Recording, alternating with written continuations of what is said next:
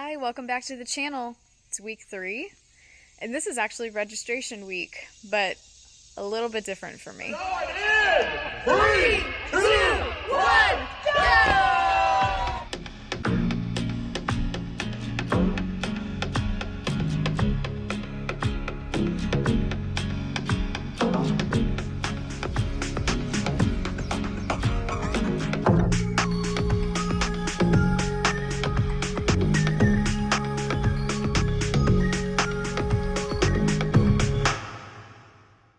So today's Wednesday. Let's see what have I done this week so far.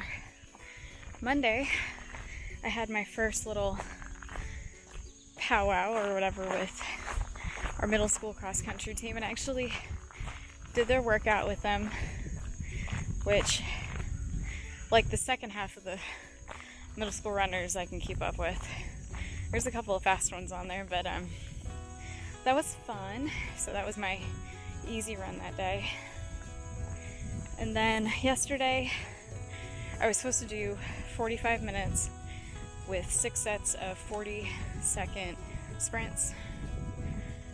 Did not work out that way. I did a mile on the track before I met with high school cross country, and then I came home and did a mile and a half, and that's when I did the sprints. So I did the 6 sets, but my total running time wasn't anywhere near 45 minutes. I also did weights yesterday, and my legs are a little sore this morning and don't feel like they're moving biomechanically correct while I'm running here.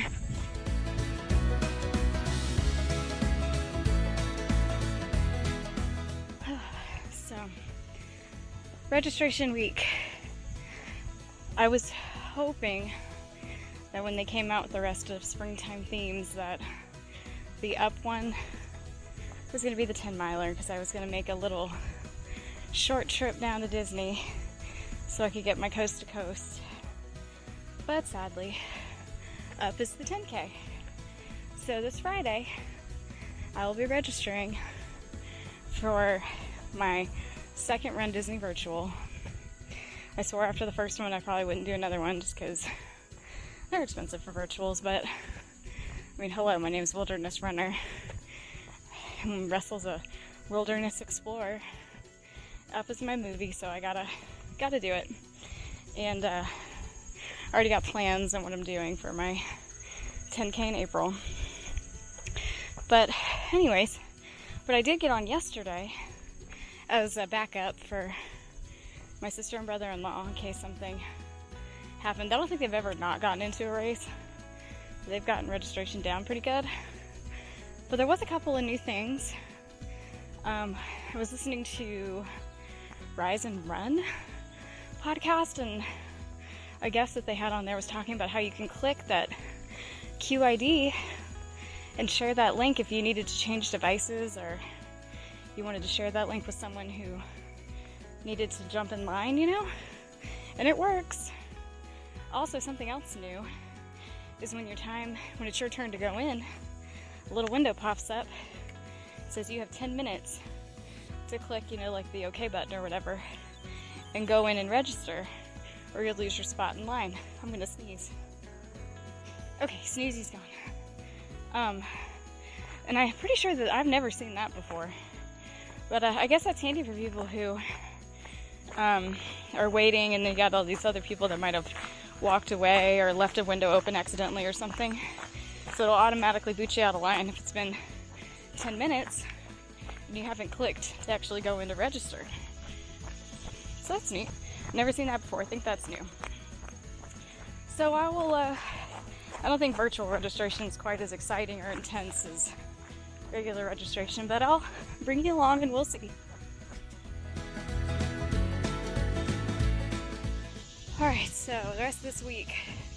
Tomorrow I have I think it's actually like a 55-minute run with maybe a 10-minute strong finish.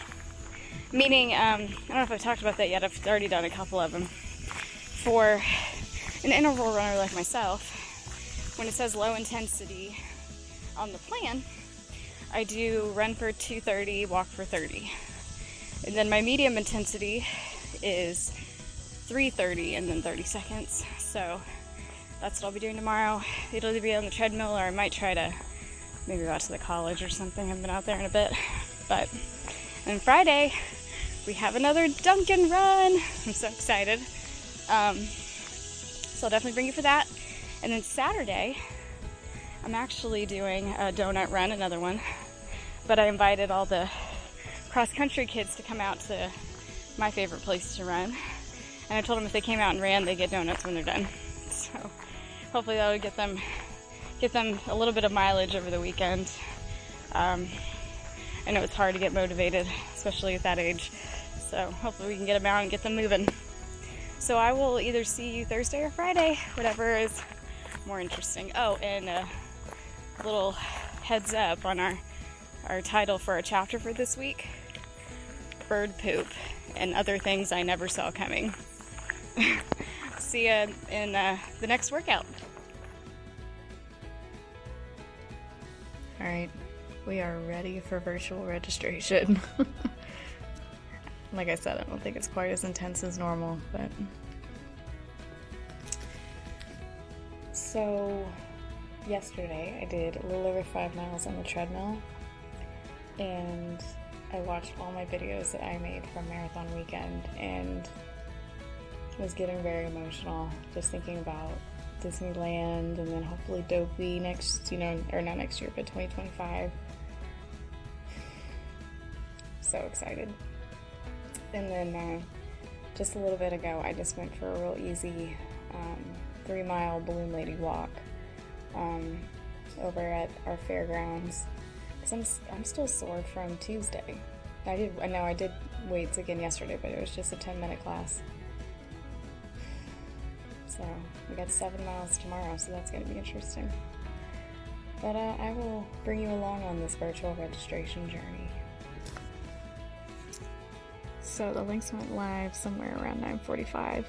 I wasn't paying attention because I clicked in at 9:47, but it just now hit 10 o'clock. I'm automatically at 22 minutes and 34 minutes down here. Way different than the other one, the other way. When you're registering for a real race, it's so funny.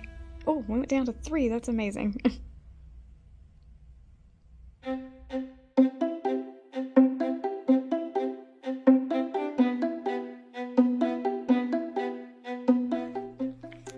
This one, and this one. Oh, goodness.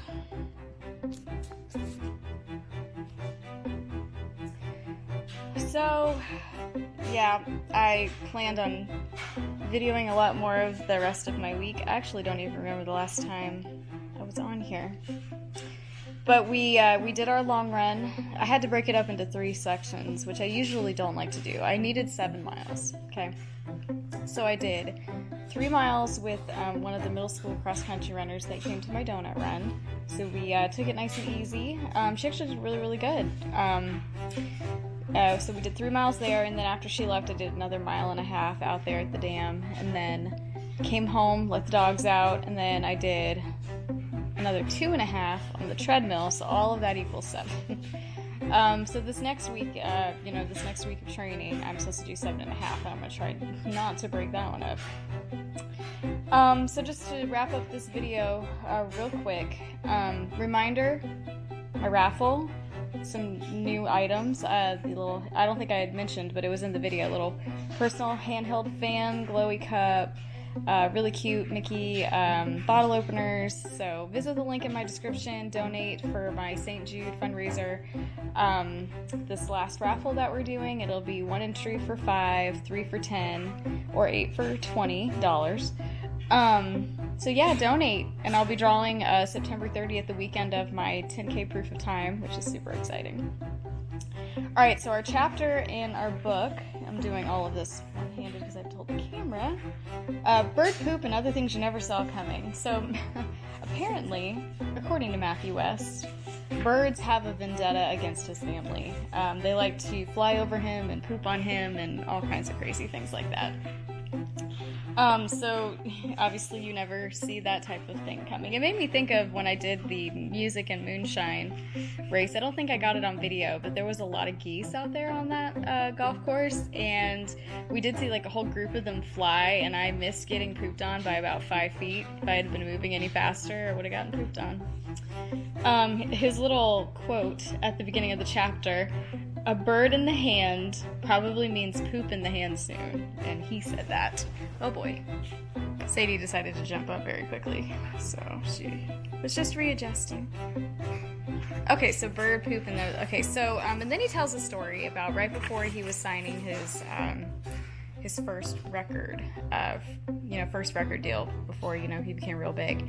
And he prefaces the story by saying that he is a control freak. So I relate to him on this level that I like things to be a certain way. I like to be in control of things. I don't like unknown. Yeah. And he says that in here, it's just the not knowing that drives control freaks like me crazy. Yes, I understand that absolutely, completely. So he was getting ready to go out for a run one day, and this is right before he was supposed to sign this deal. So he was trying to, get in shape because he knew that there was going to be some sort of photo shoot, blah, blah, blah. He realizes he locks himself out of his house. He left his keys in there. So he's like, oh, no worries. I'll just, it was an older house. I'll just kind of pry open one of the windows and get inside and get my keys. Window wasn't budging. Older house, And he ends up breaking the glass and, ginormous glass cut on one of his forearms. And he didn't know it at the time, and he found out later after he, had been in the emergency room, hospital, whatever, that he had severed, the artery and had lost quite a bit of blood. And there was also a little bit of nerve damage, which was kind of freaking him out because, he was planning on signing a record deal, making his living, playing guitar, making music. So, all of this happening, not in his control. He didn't know what was going to happen with his one arm. So some things he shares in here relating to that little incident in his life. It's not our responsibility to predict or control the changes in our daily circumstances. Verse he shares, "For just as the heavens are higher than the earth, so my ways are higher than your ways, and my thoughts higher than your thoughts." That's from Isaiah. This means that those things that catch us off guard are never a surprise to God. His knowledge is limitless. He is aware of all things at all times. His understanding is infinite. And that's from Psalms. So let's see what else we got. If we acknowledge God as all-knowing and in control, we must at the same time acknowledge that we are none of those things. One opposite or antonym of the word control could be the word chaos. This is what our minds tell us will break out if our plans don't go the way we want them to. Chaos is what happens when no one is in control. Calm is what happens when we acknowledge that God is in control. He calmed the storms with a whisper, the waves of the sea were hushed, and that's from Psalms. For the Lord is God, and he created the heavens and earth and put everything in place. He made the world to be lived in, not to be a place of empty chaos. That's from Isaiah. I like that there's a lot of scripture in this chapter. It's good to have all of that to reference back to. So, he concludes his story about, him slicing up his arm, that, obviously he was able to recover from that, although he really wasn't sure. He was able to sign his record deal, and now he, goes around playing shows, but you can see a very visible scar on his arm, and he says that that's a constant reminder of how he is not in control, but God is. And what he says is, that's one of the amazing things I learned about God during this painful change of plans. God wasn't allowing this just so I would be brutally brought to my knees and admit defeat. This was never about God putting me in my place.